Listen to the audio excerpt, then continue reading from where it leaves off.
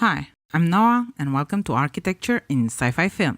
Today I want to celebrate a small but very meaningful milestone. The channel has reached 50 subscribers. Yay! I know social media doesn't consider it relevant, but I do. This project is very dear to me, so having people appreciate it means a lot. So I decided to make a little thank you video to mark this occasion. Hi. I've been researching sci-fi movies for some time, and I can say with all my heart I've seen some really silly stuff, but it's all for a good cause, or so I tell myself.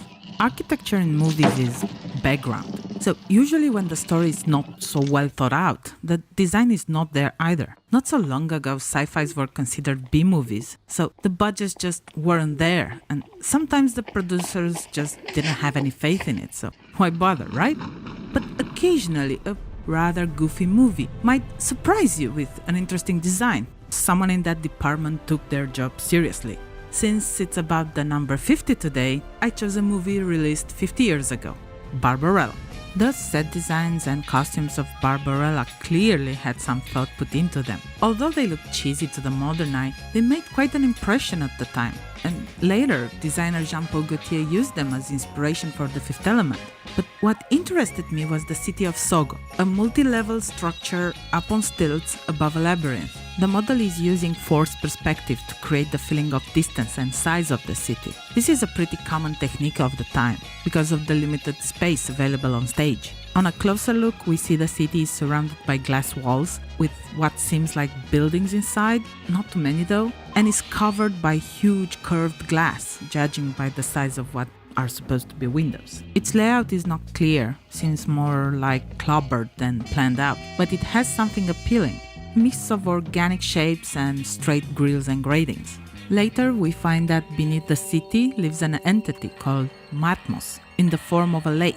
Where exactly that is, it's unclear. Is it at the bottom of the stilts, some sort of foundation, and the stilts are part of this entity? Or is it above the stilts, under the platform we see the city built on? I don't know. I don't have an answer for that. And I know I'm asking too much from it, but still. If the design, no matter how special and unique it is, if it's not correlated to the script, it only ends up raising more problems than it solves. So yeah, the production team should read the script beforehand.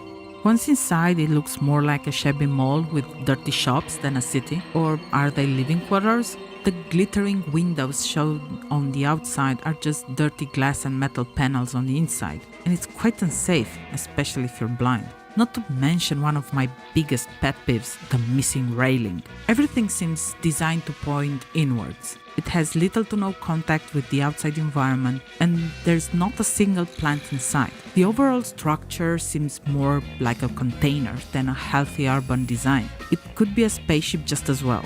But that kind of makes sense with the story, how this entity is feeding off people's evil thoughts and in exchange is providing them with energy required to power the city. So maybe it's more like a prison/cage. All in all, there's something intriguing about this city, both on the outside and on the inside. Unconventional, promiscuous, a little unsettling and full of plastic. The city of Saga has something to offer the viewer even 50 years later. Thank you for watching this brief episode and of course subscribing. As usual, if you have any suggestions of movies you want me to talk about, please leave a comment below.